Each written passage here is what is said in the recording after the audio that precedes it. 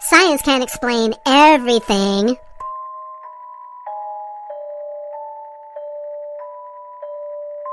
Just because you can't see me doesn't mean I'm not here. Thank you for joining me, everyone, and welcome to Paranormal Encounters podcast series. My name is Dr. Kellie Renee Schutz. I am the host and the producer of this show. Sit back, grab yourself some popcorn, and let's get started.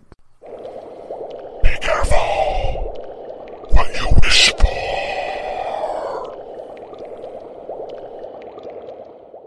Yes, indeed. Let's get started here. Please welcome to the show this evening, Kellie Fitzgerald. Whether you're listening at home, at work, or anywhere, thanks for making Para X part of your day. Your source for everything paranormal, Para X. Perhaps one of the most talented individuals I have met in a long time, my guest this evening, Kellie Fitzgerald, certainly fits that mold.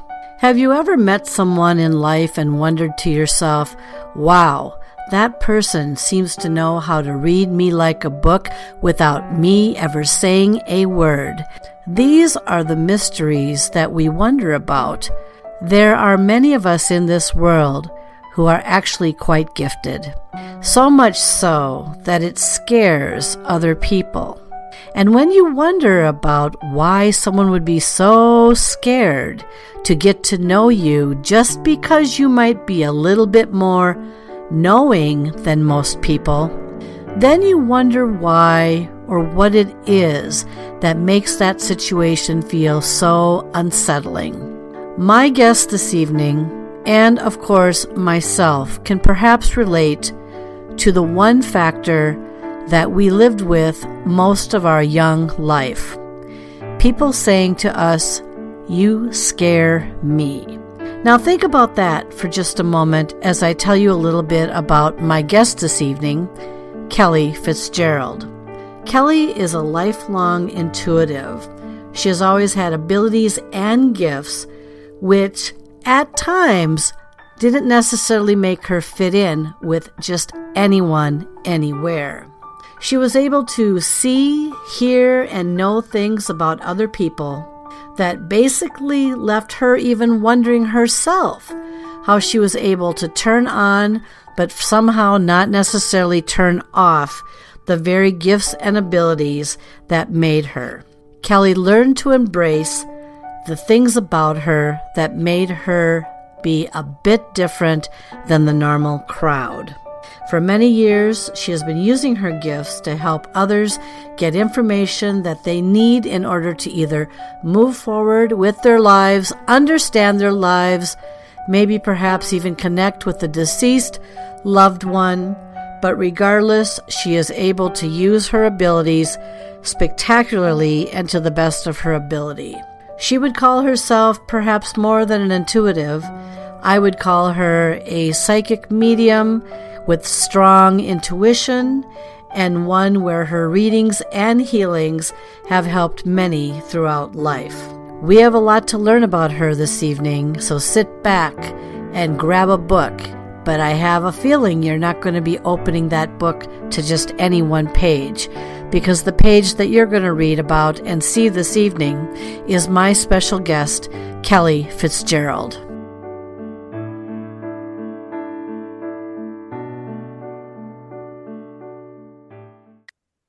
Well, good evening, Kellie, and thank you so much for being on the show today. Thank you so much for having me. It's very excited to have you. Kellie and I have we have a lot in common. She's got a little bit more under her belt than I do, but this is going to be an interesting talk because we're actually going to kind of delve into some of the what are you thinking or what do you think this is during our conversation tonight. Plus, we're going to talk a little bit about maybe skinwalker activity that she's been experiencing for quite a while. I think you'll find that to be very fascinating. So, Kellie, what I usually do is, of course, we start out in the usual, usual format here. We get the foundation on the guests, see where they started from, evolve it from there. I want you to go back though, as early as you possibly can remember, and whether it was coming into an awakening or whether or not you were having unusual experiences. How old were you, and what were you experiencing? I was probably about two, my first memories of this. And this was my family. They put the baby in the room that was haunted. So I remember a man just just like having horrible breathing trouble. And I don't know if it was his cat, but the cat always came with him. And it was an orange cat that was in spirit form. So those were my first memories. And I just thought it was terribly fascinating. It was no different to me interacting with a ghost cat and a ghost person than it was anybody else. I thought everyone could see them. That was an orange cat. Today I have a white cat. But yeah, and that cat, the funny thing is that cat stayed with me most of my life. It sort of followed me. And my friends that have known me forever will tell you, I had the same cat for like 40 years Huh. because the cat would cross, he would pass, and then within a short period of time, a kitten would be born. And here would be the same cat with the same markings and the same scars from injuries. And it was just bizarre. But it's been my life. It's been my whole life. When That's I was That's interesting. The cat that you're referring to, especially with the aspect that when another kitty would be born, it would have the same markings. Yeah, That in and of itself is a little bit.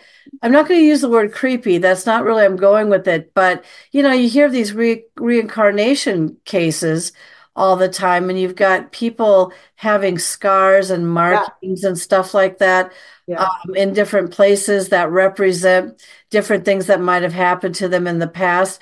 I don't know. I not to get off track for a moment, but I am curious since you brought it up. Do you believe in reincarnation, or do you believe that the energy is somehow transforming itself continuously in that respect? What do you think? I absolutely believe in reincarnation because I do recall previous lives that I've lived. I do think animals can reincarnate as well. Honestly, what I've been taught from some of my studies from very high thinking spiritual people is that animals have more advanced souls. So the only reason they would come back is to teach you or to be supportive to you. So I've always kind of treasured that because, if that's true, this cat just wanted to take care of me. So would keep coming back. Okay, let's jump back to your parents for a moment, or those that may have been taking care of you. Yes, it always seems like the baby ends up in the haunted room. Yes, I know. Yeah. Yes, I know. It's classic. But were your parents on board with things that were happening to you? Did they also have the types of gifts you did? Did they believe in this stuff or not? What was that upbringing like with them? Well, I never knew my father, so there's that. My mother, I think, was just my hunch, and she will not confirm this, is that she played around with some things that were more of a dark nature and Mm, scared herself, so she shut down completely.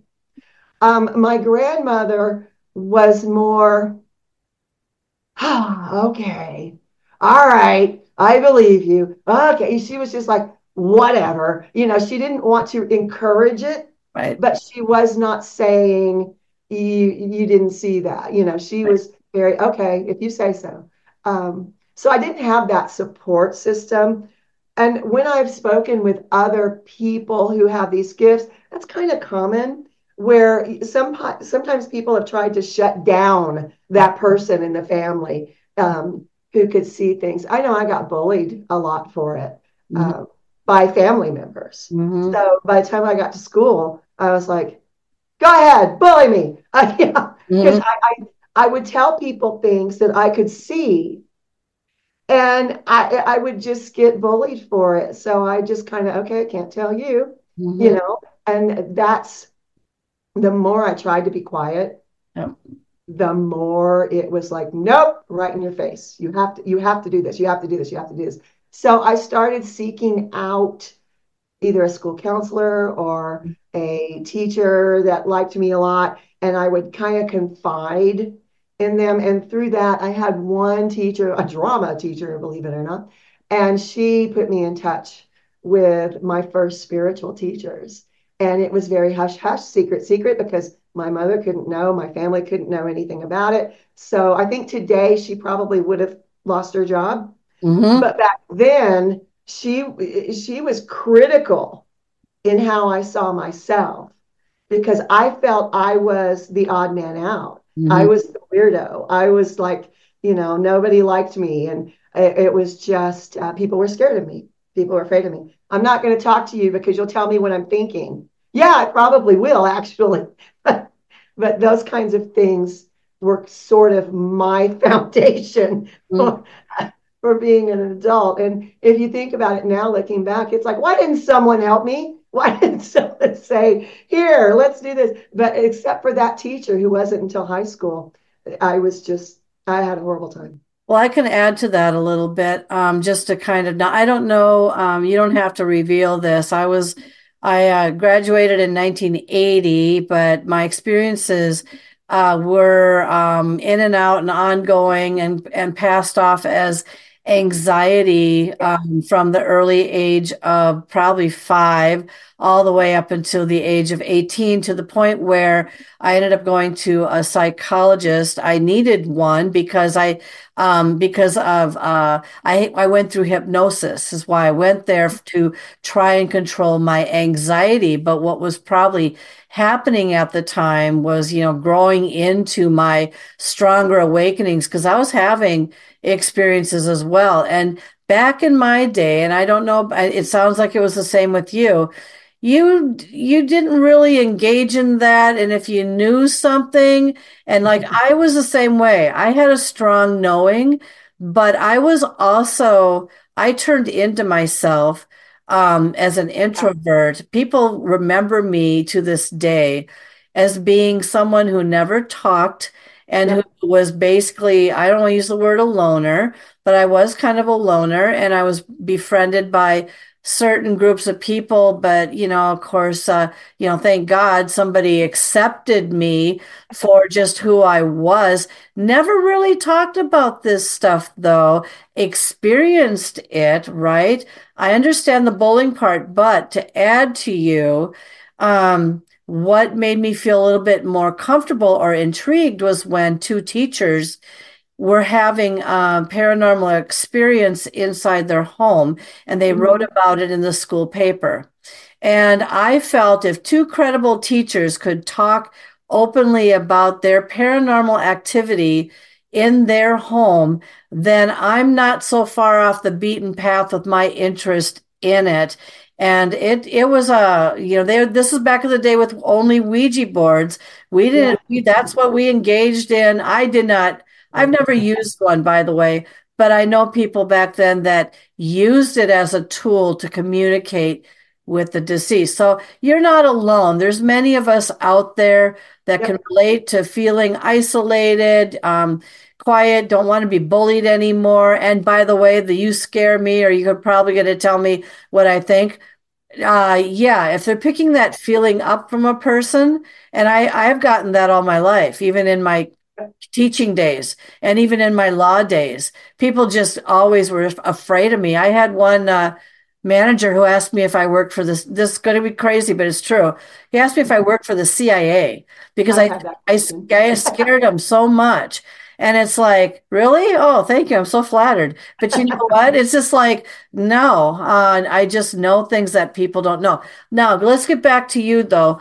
So it's interesting. So, yes, we have a commonality of kind of going through our life a little bit and experiencing reactions from Yep. people, skeptics, or even people that are like. And of course, that leads us to the next phase. So now let's say you're out of high school, right? And you're moving forward. So now what are you doing with your life, or how are you going into this even more?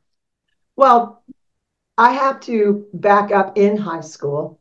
I graduated. Well, they tossed me out and gave me a diploma in 1979 because they were tired of dealing with me. I went to 5 high schools in 4 years, and it was just, I didn't fit in anywhere. And I just would tell people exactly what I thought. And actually got summarily asked to leave a particular school when a teacher was bullying me in front of the class. And I was just like, your grandmother says you're being mean to me and she doesn't like it. I could see her behind him. The teacher ended up losing his job because I could prove he was bullying me. But along that line, my family was so disorganized, dysfunctional, dramatic, that I was just looking for a way to get out of that house. So I got pregnant at 17. So when I was summarily asked to leave high school, oh, here's a diploma. We're just going to get rid of you, okay? Don't take another class. I ended up in a very highly abusive relationship. It took me years to get out of that. But a funny thing started happening. He nearly killed me and my daughter. And what started happening is I started asking for help. And I remember in the 70s, those big chain lamps with the big ball that, he was choking me up against a wall and the light started swaying and it caught him in the back of the head. And I was able to get out of that relationship because he was convinced that something was protecting me. And I was like, yeah, lots of things. But I always had one close friend my whole life. It wasn't the same friend, but I would have one close friend that I could confide in. And that's what I had then. And it was a gay guy. Everybody needs a good gay friend, I think. But he ended up getting very, very sick. And I had moved. When I left that abusive relationship, there was no, I'm moving across town. I tried moving. He was finding me. My ex was finding me and threatening to kill me everywhere I went. And then he would tell me how he was going to kill me. And it was a different way every time. So I was horrified. I was traumatized. I went inside. I lived in my own little world. I communed with my dead friends. And I just was like very, very not okay. But my friend, my wonderful friend who is no longer with us, told me, you need to get out of here. I have friends. I have a friend in San Francisco. Let's go. And I threw everything in the car. And then I said, oh, he knows my car. Sold the car, bought another car, transferred the stuff from that car into the next car, and went to San Francisco and absolutely started over my life. The first 3 people I met were psychic mediums. I was like, I'm home, And it just really put me on a path that I was safe in for the first time in my life. It was okay for me to be me for the first time in my life. So that's when I really started, doing readings for people, studying different healing modalities, looking into paranormal stuff and doing paranormal investigations. This was in the mid-'80s. So I really ended up being a spiritual life coach before that was a thing.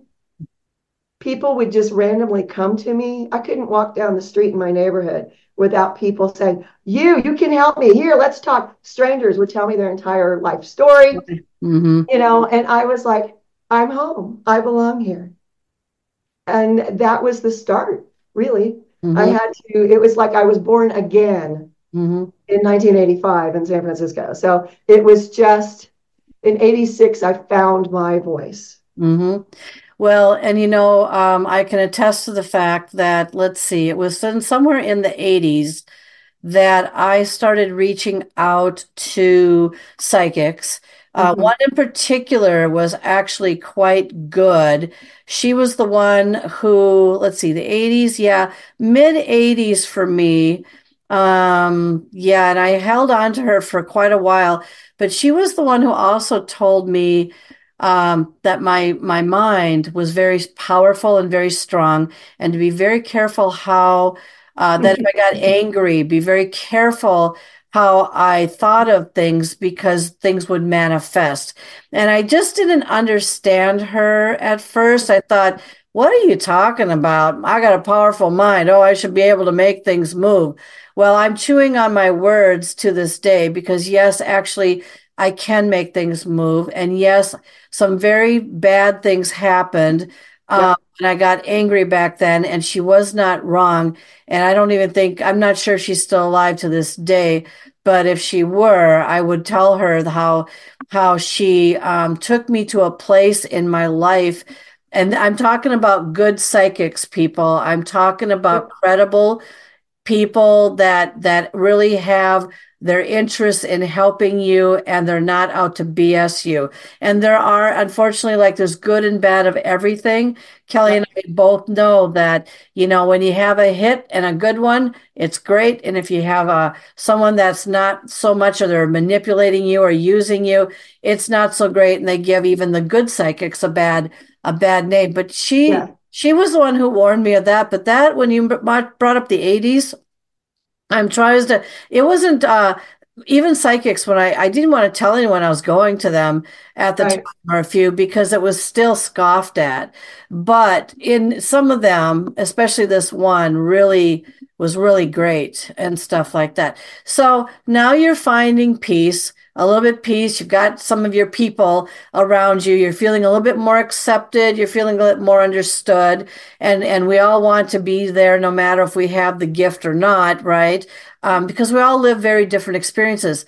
So then tell us a little bit about how you started to really, I mean, I know you mentioned that you're doing some psychic work, but did you start to try to cultivate this in any way where your gifts came open and more alive? Because you're quite good at your mediumship and being able to talk to deceased and or predict future events. What do you attribute all of this to?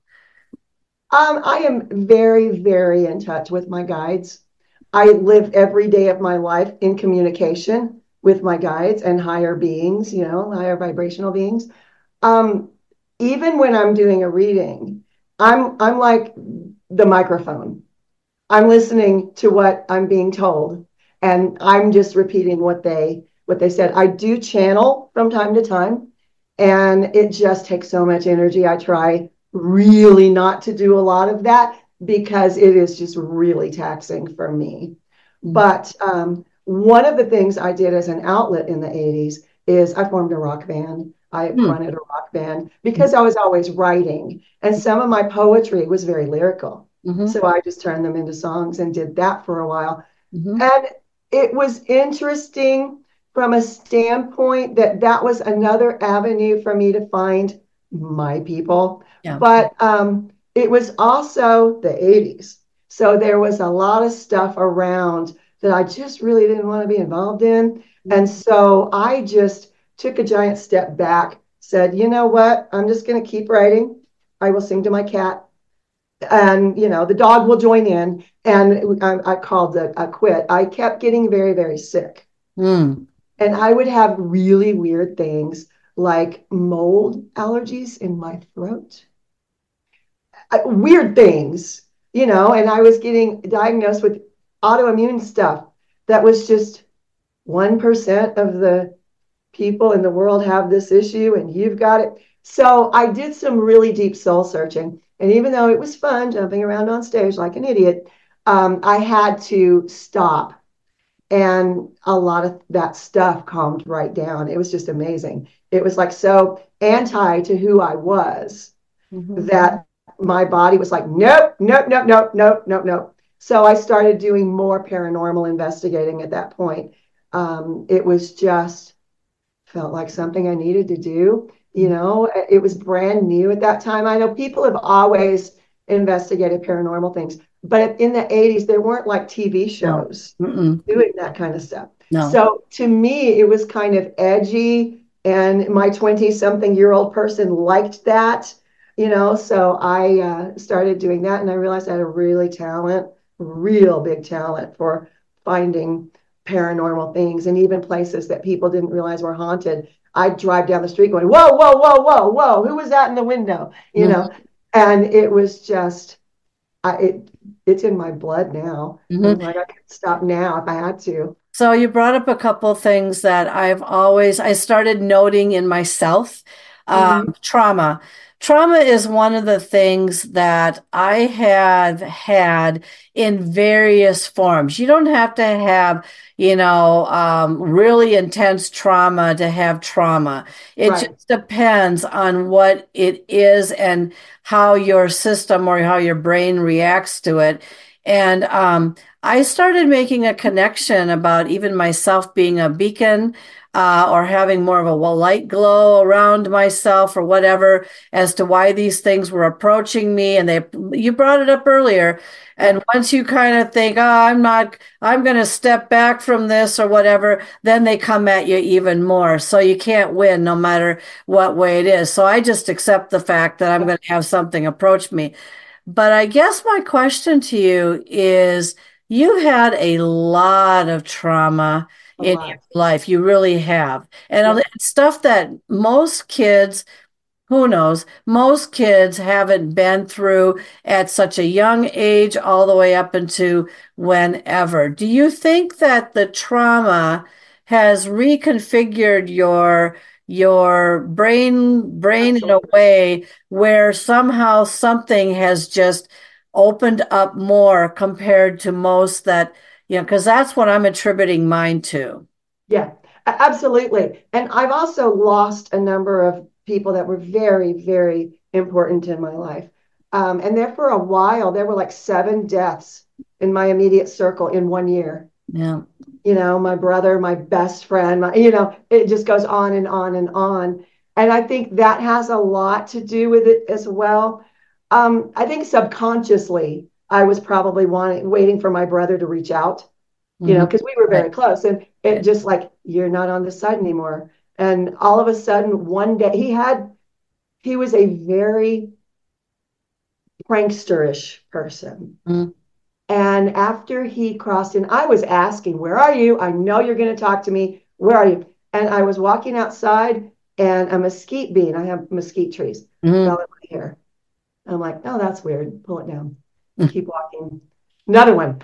Then four all at once, and it was like I was being bombarded by mesquite beans. And I'm like, "All right, you're here. Cool." Mm-hmm. But that was the first time I heard from my brother. Now he doesn't shut up. He doesn't leave me alone. But on the other side, what I have found is people either find their group immediately, Mm-hmm. or they're like, "Yeah, I see you over there. I'm over here." It's one or the other.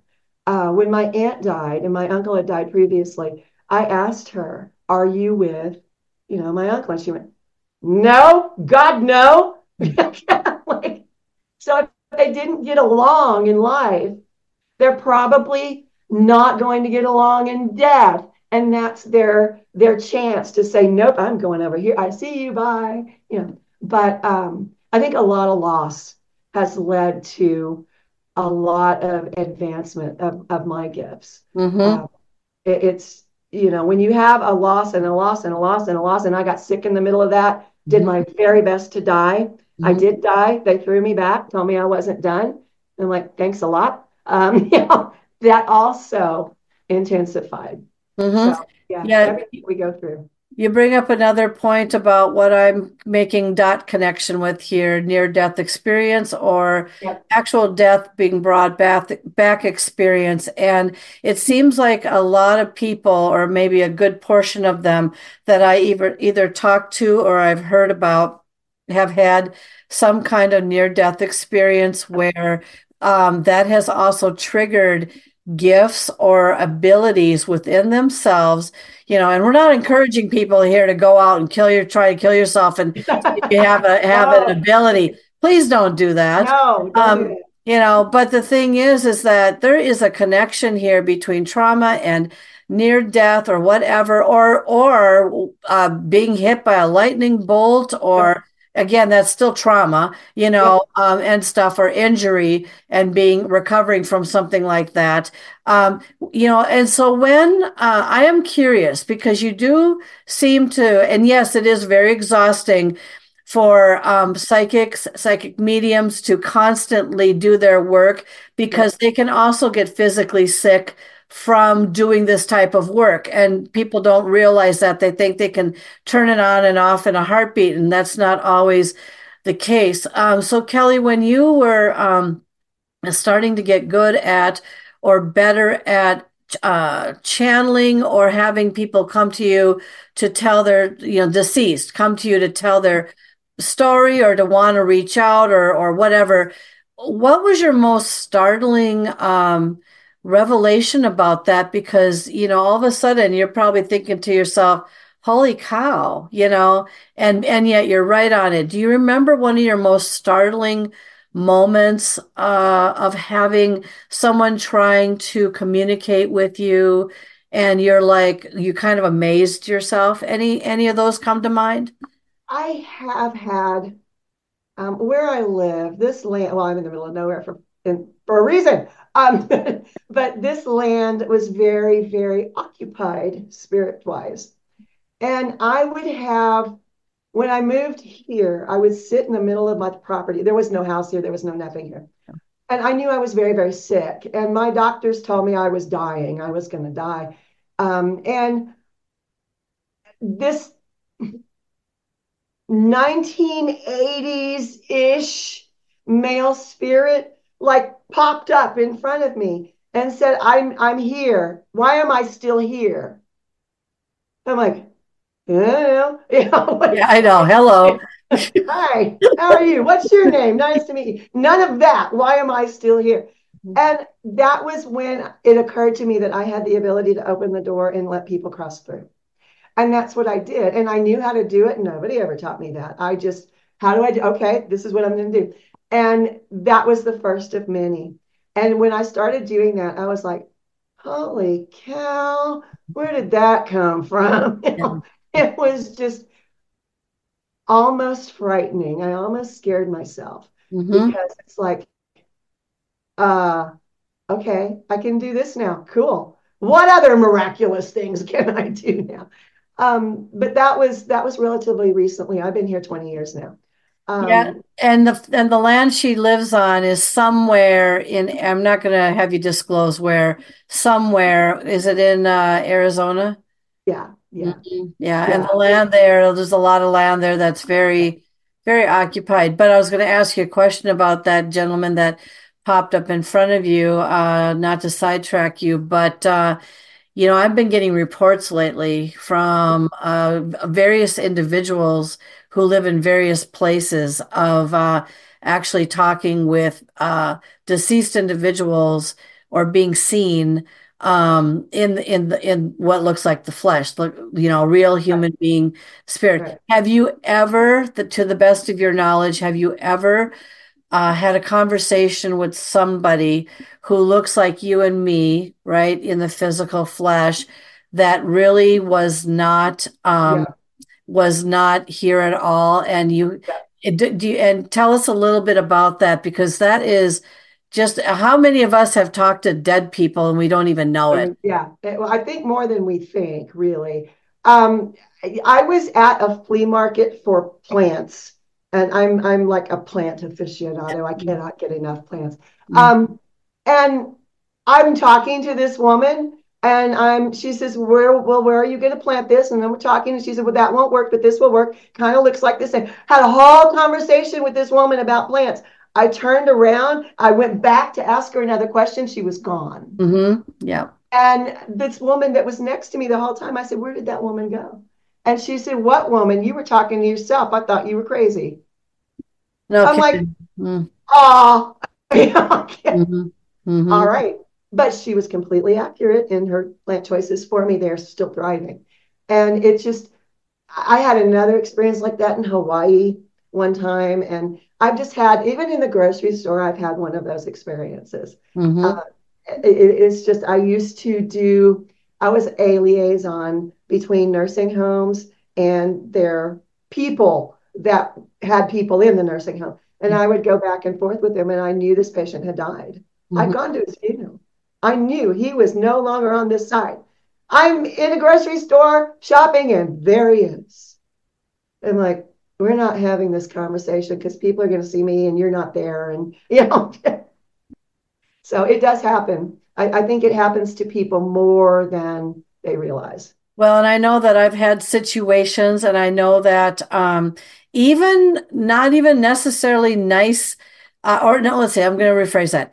Even in situations where something is under possession and or something, I'm not going to use the word demonic, but something evil has taken over their soul. And I've just in the last couple of years, especially a situation with a coworker that had this experience and then the person disappeared.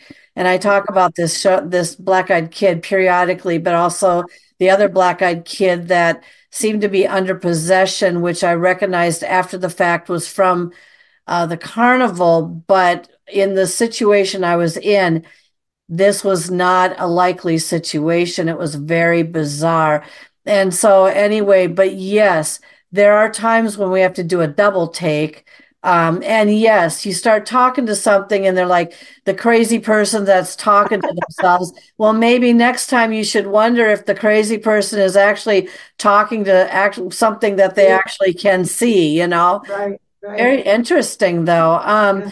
Yeah. So, and do you shut things off? Do you say, like, do you pull down the sign that says, I'm closed for today. I just want to have my day. Don't come and bother me. And do they still tap on your window? What happens with you? I do try to take a day off. I have some really wonderful, they were very, very close to me.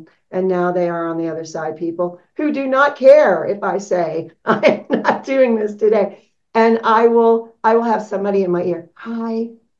I'm like, I'm here. I'm like, go away. Yeah, go away. Yeah, but it does happen. Sometimes, and this is not really off topic, but kind of switching gears. Sometimes after a paranormal investigation is complete, they're telling me to talk about this. I'm not sure why. It is very, very easy to have what I call hitchhikers go home with you. Yes. It doesn't matter if you say nobody's coming home with me. It doesn't matter if you say I'm closed. They're going to try. So one thing that I've learned to do, even on a daily basis, I do this whether I'm working or not, is I surround myself in protection. I surround myself in a pink bubble that nothing can infiltrate. And I just do that as a daily basis because when you do so many paranormal investigations, when you do so many readings, I have one client, her deceased mother-in-law will come and check in with me when I haven't done a reading for her in a month. So you have to do something to protect yourself. And I found wrapping myself in protection works really well. And I still make an announcement at the end of every investigation. You are not allowed to leave. You are not allowed to come home with me. That is so important. Yeah, I agree with you. I've haunted like 3 homes or something that's come back with me, or I've said the same thing. You need to stay here. Don't come back. I've had 16 attachments. I don't know how somebody can see 16 attachments on my body that were removed a few years ago. And I had a crazy experience in bed when they were being removed and levitating, opening up the mouth, vomiting a lot of air, which I was vomiting them out. And this was done remotely, by the way, from someone in San Diego. And I could go on for days about what might be on me. But, I'm going to ask that question because this is really, this confuses people. I've heard that some of the Hollywood figures or, people that are very, very popular, that sometimes they can have as many as 90 plus attachments all over them or whatever. How are you able to determine that? Because I can't feel that stuff. And I'm said, you have 16 of them on you and I'm going to remove them all. And I said, would you leave one, please? I said, the one where I win at gambling when I go to the casinos. Yes, because by the way, I still do win at casinos. And I have for a long time, and sometimes I lose, but when I win big. And I'm like, just leave that one. Everyone else can go. But I'm going to ask you that question. I can't feel them. I can't tell that I've got them on me. How are you guys with your abilities like this? How can you determine that? Usually, it's in your energy field that it shows up. And for me, they show up as little black dots. So you'll have like a black dot in your head or a black dot on your nose or a black dot somewhere. That's how they show up for me. I've had other people describe other ways that they see them. But that's for me, it shows up as a black dot in your energy field. Interesting. Um, I, Can you to see have it that on me many right now? no, Kellie, you can don't you? have any right now. Oh, Nothing thank that's here God. right now. No, it's to have that many at one time. You've done a lot of investigations. Mm. That's that's the only way that happens. But for people, there's a lot of dark things that happen in Hollywood. Really dark things that happen. Mhm. Not everyone will get an attachment. It depends on how pure your soul is, how bright your light is. Sometimes I have gone into a place where people have told me everyone that goes in here gets an attachment. So just be prepared. And I go in and nothing. And they're saying because your light's too bright, the entities that would be attaching cannot go through your light. So that's one thing that I think people that do these paranormal shows need to talk more about is the importance of protecting yourself, the importance of preparing yourself. Because there are days where I have postponed an investigation because I just wasn't feeling energetically strong enough. Interesting. Let's talk a little bit about. I want to shift gears a second here, and I want to talk a little bit about kind of where you're living at. Don't say where, but you can be vague about it. Um, I'm always been fascinated with ship shapers, skin walkers. I've heard accounts on people looking out their window, seeing a person Yeah. walk across the street with it, then turning into some kind of unusual mountain lion and crawling away. I just had a guy give an interview. He gave an account of a shadow person, being, entity, getting down on all fours and shape shifting into a ball and rolling away. I've heard of things out in national parks, like crazy things like rocks that all of a sudden aren't rocks. They become something and they move themselves or they turn into all Yeah. kinds of things. And, tell us a little bit about, you live in a very interesting area, but some of the experiences that you've had, because very fascinating. Um, well, first off, I think shadow people are their own species. I really do because they're so prevalent all around the world. I think they're their own species. And just like us, there are good and bad. So just because you see a shadow doesn't automatically mean it's bad. Certainly not meaning it's demonic. Mhm. Not everything is demonic that is paranormal, even the dark stuff. Um, we have shadows around here all over the place. But this area, there were bloody, bloody, bloody battles. An entire people was attacked for no reason other than other people wanted their land. And that's kind of where I am in the middle of all of that. It's very, very, very haunted out here. Um, Skinwalkers, I have some close ties to various reservations and various Native First Nations people. And skinwalkers are an inherently Navajo thing. So if you are in the desert Southwest, or at least the Southwest, if not the desert, chances are really high what you're seeing shape-shifting could actually be a skinwalker. They are a being now on the other side who took a shortcut. They were on the path to being a shaman or medicine man or some spiritual teacher, and they decided they didn't want to devote years of their life.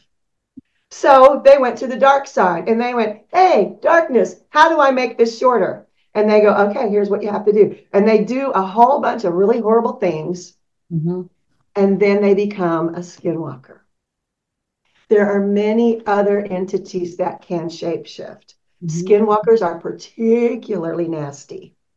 In this area, there are numerous sightings of, you see a weird looking, like slumped over person walking. And then all of a sudden they're bending forward more and more and more, and they're on all fours, and they're a coyote running off into the mesquite. That's most likely a skinwalker. I've had some clients on the East Coast, Massachusetts, New Jersey, telling me about skinwalkers, and I'm saying, no, that's probably not a skinwalker. That is a different dark entity that shapeshifts. A hide behind is an entity that is common on the East Coast, I hear. Never been there, don't really know, but that's what I'm hearing. But not only that, I mean, there are numerous dark entities. If you have a really, really evil entity, it might be a lower level demon. But in all the hundreds now of investigations I've done, I've encountered actual demonic beings very rarely. Very rarely. It has happened a couple of times, but it's not normal. You can have very, very evil, nasty things that are shape-shifting, mocking. You have mimics that there was a construction project and there were 3 people working on it. And there was one guy left the property and yet the other 2 saw him walking down the hall. That's a mimic. It's different than a skinwalker, but it is a nasty, nasty, nasty being. Interesting. Yeah, they're out there. They're out there. You're talking, we talked just before the show, and did you say that you also have had a number of animals being either dumped off and or ghost animals running around that appear to be animals, but then suddenly just kind of disappear? Talk a little bit about that. Lately, the first one I'm going to talk about is kind of funny because this dog was here. This dog was here. My dogs were looking at this other dog. They could see it. I could see it. It was a dog. I was talking to neighbors who lost this dog, and this neighbor tells me that looks like my dog that died 3 weeks ago. And I'm like, what? Down to the collar. So why was this ghost dog on my property and why didn't he go home? It was weird. But there have been a number of ghost animals that are more wild animals. I have a ghost bobcat that appears every now and then. One dog was dropped off here with a harness on. Somebody dumped this dog with a harness on. And when I think about all the things that harness could get hung up on, it breaks my heart. But anyway, he just appeared and I'm like, who are you? Where did you come from? And then 3 different people were trying to claim the same dog. And fortunately, I had them all come out one at a time, not all together. And when the dog's owner came out, that was the last one, because I did that purposely. I knew she was the dog's owner. That dog lit up like a Christmas tree and it was running and spinning and, but why would people try to claim an animal that was not theirs? Yeah, that's strange. I mean, I know I would say it's strange. What's the motivation behind that, or why would they do something like that? Doesn't make a lot of sense. Did they really believe that that was their dog, or did they have, here's the other thing that has gone through my head. Please don't tell me you have any kind of form of dog fighting out there where they would. We did a while back. I don't think we do anymore. Yeah. But this was obviously a trained hunting dog. And my feeling is these other 2 men wanted another hunting dog. He was obviously very well trained. But it was weird. It was very, very, very strange. And probably had no response to them, did it? Kind of like. No, not at all. It ran behind me with the second guy. Yeah. It's like, I don't know you, but you look safer than he does. Yeah, exactly. Yeah, exactly. I can add to that just a little bit for those of you that might be a bit skeptical. When my brother's family dog passed away, it actually appeared, and it appeared to my how old was she? 3, 4, 5 years old. It appeared to my niece while she was sitting in the bathroom doing her business, and then all of a sudden the dog that had passed away the day or so before peeked around the corner and looked at her in in the bathroom, and she saw the dog and she kept saying, "Come here, come here, come here," and all that kind of thing. And my brother had heard her say that and was wondering what on earth is she saying, or what is going on here. Now, keep in mind, young kids are very how do I use the word psychic, but visual as well. And so, yeah, so the dog came in, did not go to her, stayed in the doorway, gave her kind of a whatever, turned around, and then as it walked away, just simply disappeared and vanished into air. And so that was my first real account of hearing about, and I've heard reports of animals doing their same routines, Oh, yeah. running around the house. Something's going on where it acts like the dog is there, nudging hands when people are sleeping and crawling into bed with them. My husband had a ghost cat crawl across his legs when I was not there for the weekend because the cat passed away in the house 14 years earlier. So they can come back. I don't know. Do you have any thoughts on why they come back, and especially so late? I think they're just checking on us. I had a corgi named Trixie who died, and my daughter was visiting here. And all of a sudden she goes and opens the door, and I'm like, "What are you doing?" She goes, "I'm letting Trixie in." And she heard Trixie at the door, scratch at the door. And I'm like, "Honey, she died like 3 years ago. What are you doing?" But they do that. My ghost cat, Mo, there's a rug behind that I'm on. And that ghost cat, and sometimes he's done it on camera, he will wad up the rug. And it's just, they do it because they love us. They do it because they're trying to provide comfort. They're trying to let us know they're still around. I kind of feel sorry for anyone who doesn't buy into that because, of course, we are their entire lives. Mhm. Why would they not want us to be okay? I think that's wonderful. I Mhm. have a continuing cast of characters around here because I do animal rescue, and I Mhm. can tell when one of them has crossed over because they'll come and tell me bye. It's like, Mhm. "Yeah, I know you rescued me 12 years ago, but hi, here I am. Bye." Mhm. It's just. Animals are so much more than we give them credit for being. I had a few experiences from my dad when he passed away, including the sign he gave me when I was in my classroom 600 miles away, but he also visited a few years later. So I know that they can come and visit on occasion or give you a sign. But some people out there they want a sign. They want to have their loved one visit them or let them know they're okay or just show that there is life after death. And so for those that don't come to visit, I don't know. Are you able to determine why some do and why some don't? I can tell you what I have been told from higher realms is a lot of the times people are trying to give signs, but the people they're trying to communicate with just aren't open. They can say they are, they can say, "I want this," but when it comes right down to it, they're afraid of it. And if you're afraid of it, you're never going to see their signs. The other thing that I've been told is that sometimes there needs to elapse a period of time between their death and when they have the energy to visit. Um, I found that with my own brother. It's sometimes it takes them a while to process their life and learn the lessons and process the lessons and all of these things that their soul needs to experience before they have an adequate light body to come visit.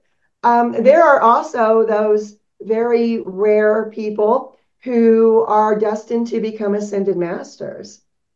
And if you've got someone who crossed over who is destined to become an ascended master, you may not see them again, at least not for a very long time, because they're going to what I call angel school.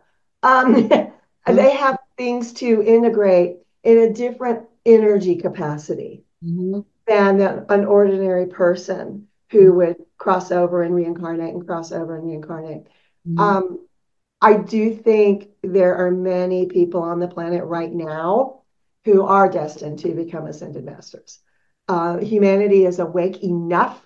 The multidimensional beings have taught us enough that more and more and more people are going that route.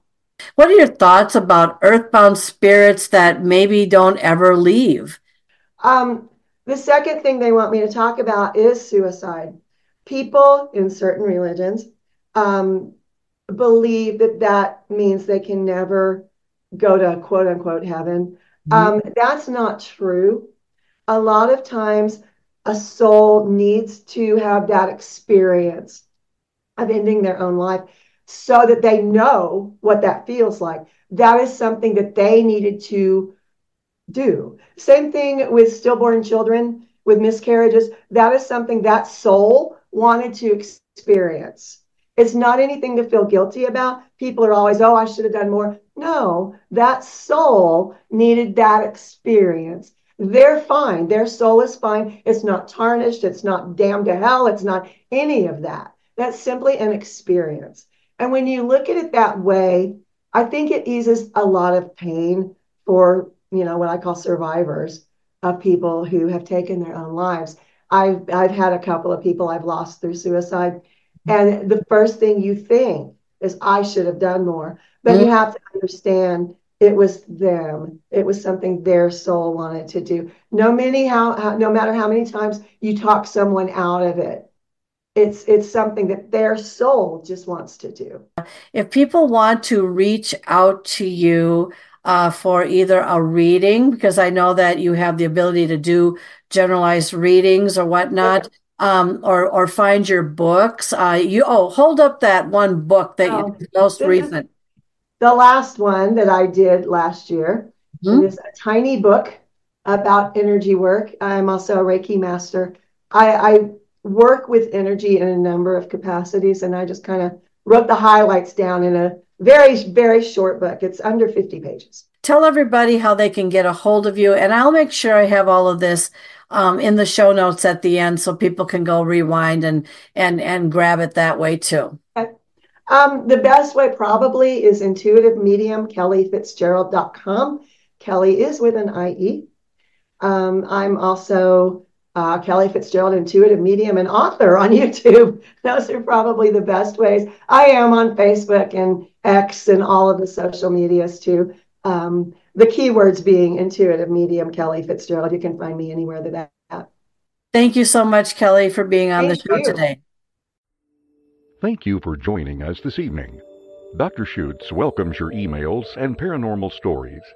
Visit her website at www.paranormaluniversalpress.com for contact information, or go to Amazon.com to view her books, searching under Paranormal Encounters.